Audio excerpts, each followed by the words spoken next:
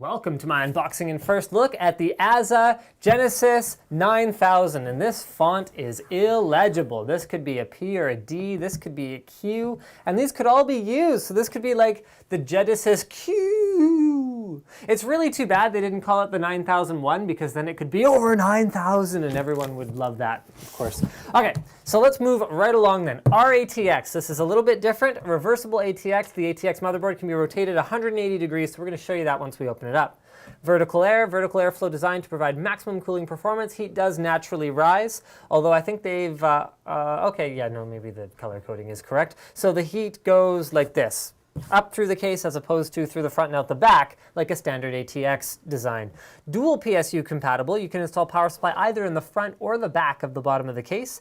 Easy swap drives. Up to a 480 millimeter radiator is supported, which is very cool. So you can put a quad rad in here, no problem. Screwless drive locks. 2 easy swap trays for easy toolless installation without removing the side panel. 2 120 millimeter fans at the side to provide excellent cooling for the hard drives.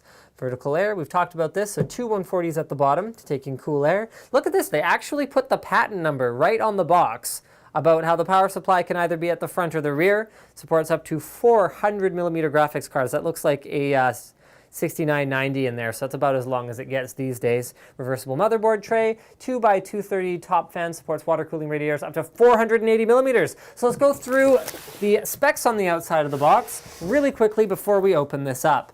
XL ATX, the ATX, full ATX, micro ATX. You know what, I think most of this can be covered once we open her up. So let's talk packing material. It's using a hard foam rather than a soft foam, which isn't my favorite. However, they are using a double corrugated box, which is good. And they are using like 2 inches of packing material on the corners with more than an inch on the top and the bottom. So what that means is it's extremely durable. However, in the event that it did break, maybe it's loaded up with a 480 mil rad and all this other hardware, then the structural integrity would be gone. However, ours arrived okay, so take from that what you will. Now, I criticize the foam, but there comes a point where you actually make it like rigid enough that it probably actually wouldn't break. Like, check this out. Okay, it broke, but that's what it took, so. Trust me, it's strong. Moving right along to the Genesis 9000. This is the white version. There's actually a black version as well. So the white version is white and blue, and the black version is black and red. Now there's a lot of stuff about this thing that we have to cover just on the outside alone. So why don't we start at the front, because that seems like a natural place to start. So we got a couple thumb screws here. This is going to give you access, if you have a screwdriver, which I will go get now, to the front power supply mounting option. And then from the back, there will be an additional rear power supply mounting option. And right now, honestly, I am just so stalling for time while I go find a screwdriver. All right, so let's open this bad boy up. And let's find an appropriate sized Phillips head. There we go. Aw, yeah. Power tools. Wow, those are some beastly thumb screws we got going on here. They are very serious about this staying in place. So let's see. Okay, cool. This apparently came out. So there you go. There's your standard ATX power supply mounting, as well as a built-in cable so that you can easily plug the power supply in without any interference there. So it would be exhausting from the front of the case through the mesh here. And then you can also see, yes, this is good. You can see from the front how the airflow structure in this case actually works, because there's a filter here, right there. And you can see that all the air pretty much comes up through the bottom of the case using these vents along the side right here. So that's why it's raised a couple of inches off the ground, so that it's actually going to have access to air from there. Which isn't to say that you can't get any airflow going from the front, because you got 9 5 1/4 inch bays that are all mesh and all filtered. and are easily removable, just like that. And then you've got perforated panels behind them, although you could completely remove those anyway. All right, let's move along to the top. So up here, got a couple different things. You got your power and your reset. You got a fan LED switch. I love these because that way you can keep your fans on, but actually not have the computer be bright. You've got your power as well as hard drive indicator LEDs, eSATA, 2 USB 2, front audio, and 2 USB 3 ports. So that's pretty much all the ports that you could need. Now, I would have liked to see a slightly less restrictive grill on the top. So you can see that there's ventilation holes here. This is where that quadruple radiator is going to go if you so desire. And let's just go ahead and remove this. So we'll show you guys the whole process of taking this apart. Again, we've got some serious business thumb screws going on here. Here, I just got to do 2 more. All right. They have done a lot of custom stuff for this case, though. I can say that much. I mean, this is not your standard cookie cutter OEM case going on here. All right, so there's the LED strips up at the top. Remember, they're red on the black version. Here is where all the fans are plugged into the integrated fan LED controller doodad right there. Doesn't look like there's an actual fan controller at the top, which is kind of a shame. That would be kind of perfect, actually. Here's those dual 160 millimeter fans at the top, and you can see that there's lots of other fan holes, lots of other mounting options for up to that quadruple 120 millimeter radiator and 4 120 millimeter fans that you can install at the top of the case. Since we're at the back, you can see that the motherboard tray is an inverted ATX right now. This handle right here is for the removable motherboard tray, however, that can be rotated 180 degrees should you see fit. Now, personally, I'm not a huge advocate of the whole removable motherboard tray thing because I find it to be more of an impediment to cable management than a convenience factor for me. However, if it has a useful purpose, such as allowing me to rotate the motherboard tray and build my system the way I want to build it, then we're having a different conversation. And I'll have to figure out how this comes off camera. At any rate, there's the other power supply mounting hole. Here is the pass-through for that front power supply. So you would actually plug in 2 power cords if you had dual power supplies, which makes sense. There's your 120 millimeter back cooling fan, which you could use for an additional 120 mil rad. And there you got 9 PCI expansion slots for XL ATX compatibility with even some of the biggest boards that I've seen. On this side, you've got 2 120 millimeter fans for your drives, and on this side, you have room for 2 120 millimeter fans for your drives. You've also got a what looks like sort of a filtered mesh, but it's actually just 2 different kinds of mesh layered on top of each other, as well as a small window. So let's go ahead and get this baby opened up. So we do have to remove the handle from the back in order to pull the motherboard tray out, which is sort of an oddity to me. But there's also a few more thumb screws here that need to be removed before we can remove the motherboard tray. So we're going to take these out and we'll show you the internals before we flip it around. So, okay, we took this side panel off camera. So the side panel looks to be reversible because see, the holes are in exactly the same place on either side. This is the same, this is the same. So you should, in theory, be able to switch them to either side that you prefer. Hence the reason that both of them have those cutouts for the 120 millimeter fans. Also, you can tell from the way it bulges and the way that the 5 1/4 inch bays here are recessed a little bit that you would have no difficulty installing your standard 25 millimeter 120 mil fans on the side here. So there, yes, it's free now. So let's go ahead and turn it around. Doop, doop, doop. Here we go. This is a beastly case. It's really big. I mean, it's not big like Cosmos 2 big, which was sort of ludicrous, but it's big like this is a really big case, big. And look at all these screws we've removed from it just to like open it.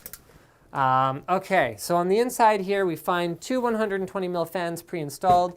We find the, don't worry, there's like a plastic coating on this protecting it, so it's actually a lot more see-through than it first appeared to be. And this is the like dual layer mesh I'm talking about, where this looks like fan filter and the other layer looks like mesh. So you could probably remove it if you wanted to see through it a little bit better, which I personally would be down for. And now we are finally inside the beast. So, a few things here.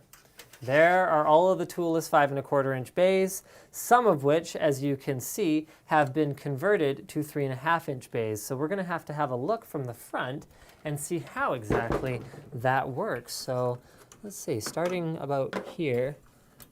Let's just go ahead and remove these. Okay, so some of these are toolless and look like they go in on rails to a backplane. However, I don't see an, oh yes, aha, so you do have to do that. Okay, so there, it comes with 5 of these. So you can mount a 3 1/2 inch drive, a 2 1/2 inch drive, or a 5 1/4 inch drive, and then slide it in on the included rails, and it toollessly goes in. Now you can actually screw it in, there are screw holes, and you can reposition these backplane doodads should you see fit. So these guys right here. Sorry guys, we're having some microphone issues today. So these are movable anywhere where there are mounting holes for them, so you can make your hot swap bays wherever you see fit. Now, these are good for 3 1/2 inch, 2 1/2 inch devices. It has 5 1/4 inch holes, but because it'll sort of change the spacing a little bit, you wouldn't actually be able to install a 5 1/4 inch device in it, and they're not threaded, so I don't think you could actually screw something into it, although it could be like self-tapping screws or something. At any rate, we're going to go ahead and slide this back in just to show you guys. Sorry, I got my head totally in the way here, but just to show you guys how the toolless drive enclosure device works. So you just pull that to pull it out, and then it's all good in the hood. Okay, moving right along, this right here appears to be graphics card support of some sort. It's not the kind of thing I would typically use, so I'm not going to go too far into it. Most of the time, the encounters I've had with these support structures is that they're probably not something that you actually want to use. However, some people like them, so you can see it actually goes in this way. That's where that extra screw we found was from. So that must have fallen out. Which I don't know if that would be related to the packing materials or anything like that, but at any rate, that's how it goes in. So let's just kind of put that in so you can visualize it. So what that does is it supports the cards. You can move them around wherever you want, so you can give the cards as much or as little support as you want. You just loosen this with a screwdriver and not with your hands.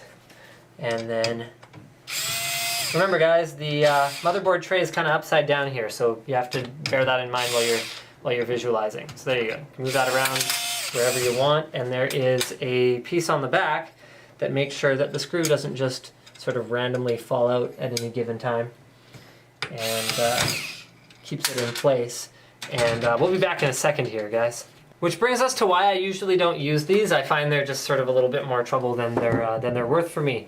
Okay, so the rest of the internal layout is pretty straightforward. You got your cable management holes for your power supplies, which can be located. Okay, let's go ahead and we'll turn this back around so that you guys can see. So power supply can be here or here, and based on with the positioning of these fans, I would probably recommend putting it in the front in the stock configuration. However, if you turn this around, then we might be having a bit of a different conversation. And then in terms of cable management space, there is lots at the back. So you can see they've done some of the cable management for you already with some of the fans as well as the front panel connectors. But there's ample room back here for things like your 24-pin connector, anything going up to your drives. I wish this sort of had some pass-throughs at some point, but that's not the end of the world either. Here you've got lots of cable management holes as well. You got this one for your 8-pin or 8 pins or 4-pin plus 8-pin or whatever it is that your motherboard happens to use. And now for the most exciting moment of all. Ah, yes. The reason I don't really like removable motherboard trays.